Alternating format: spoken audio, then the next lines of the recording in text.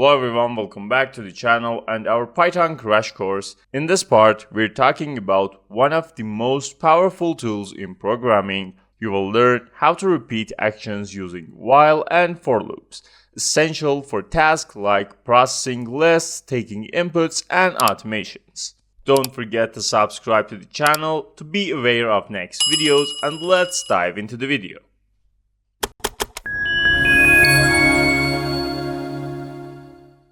Let's start with our while loop, which repeats a block of code as long as a condition is true. And the way that we're going to use that is having our while word right here, then our condition right here. For example, let's say for our condition, we got our simple variable of number right here, which is this 5.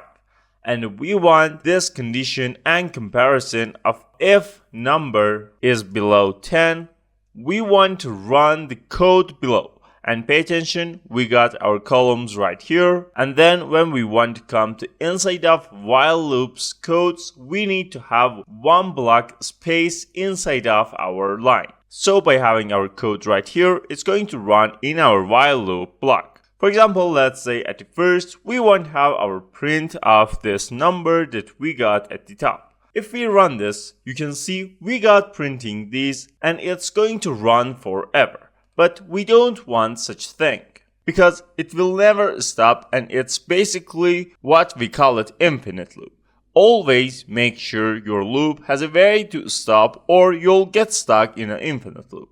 And the way that we're going to do that is having our number to increase each time when our code runs. So we got our number plus 1 and save that in the same number variable. And this time, if we run our code, you can see it runs only 5 times and from 5 to 9. And this is how it works. First time it comes, check the condition, it's true, so it's going to print the number which is 5. Then it increases that to the 6 and check again. This time again the condition is true, so it prints 6. Then comes and adds 1 to that number, check that, print that, so we got 7. Again, it's going to do the same thing and print 8. And after that, it checks this is 8, so prints. And after adding one number to the 8, it's going to be 9. This time, it's checked and again it's true. It prints the number, but when it adds 1 to that number, it's going to be 10. And when again our condition is checked, our comparison returns false value. So our 10th number is not going to be printed because of our comparison. If we have this less than or equal and run again, you can see this time we got our 10 right here. And pay attention, you can have any variations that you want. For example, we start from 0.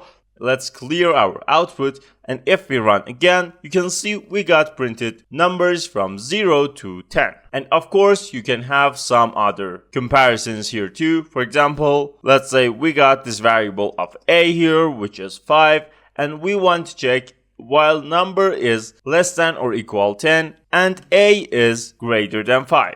And this will check both of these and these one. And if you remember from the last part, we got this and or and not that we can use. And this time, let's say we want to decrease 1 from our a. So a equals a minus 1. Pay attention, you can do the same thing that this line does with the shorthand that we got, which is this plus and then this equal sign, which this adds 1 to the number that exists in this variable. And we can do the same thing with our a, but this time it's the minus then the equal sign. And let's actually change this 5 to this number 10. And let's on our printing, we say this number and have a right here and print our a2. And this time, if we clear our output and run again, you can see at the first our number is 0, our a is 10.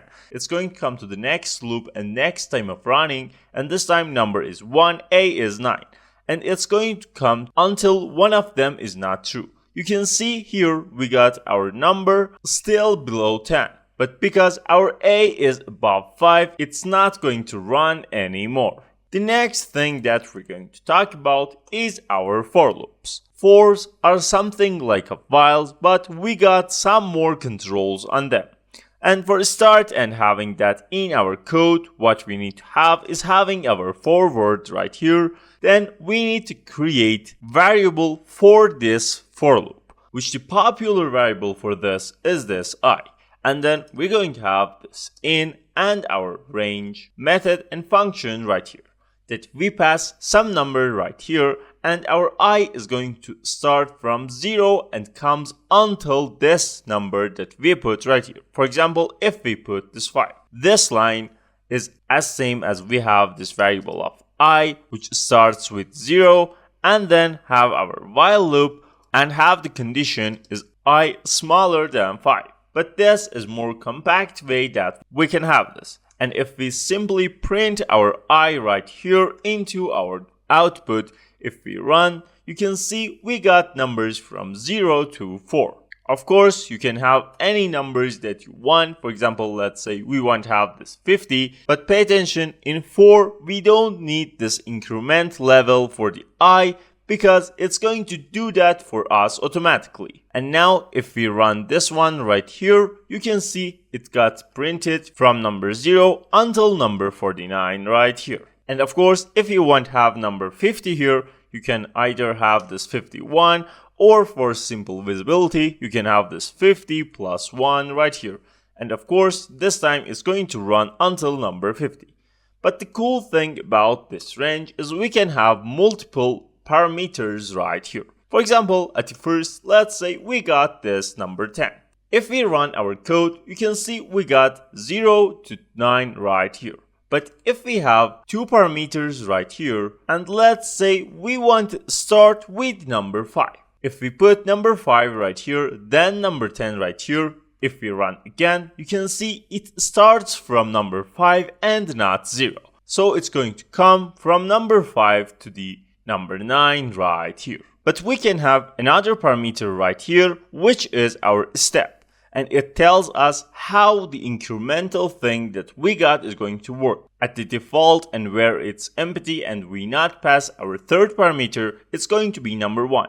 As you can see, it's 5, 6, 7, 8, and 9. But if we have, for example, 2 right here, if we run again, you can see this time each loop adds 2 to the I and not 1. So we got this 5, then our 7, and then our 9. And of course, if we have some larger number, something like 100, we can have some steps like 15 right here. And if we run this right here, you can see it starts with the 5 because we passed 5 here. Then we got 20, 35, 50, 65, 80, and 95. And because after this, it's going to be 110. It's not going to be lower than 100, so it's not going to be run. You can use loops to automate repetitive tasks, handle inputs, and process data that needs to repeat some part of the codes. In the next video, we will learn how we can have more control on our loops with break and continue. So don't forget to like and subscribe and turn on the notification so don't miss the other videos of the crash course coming up. See you in the next one.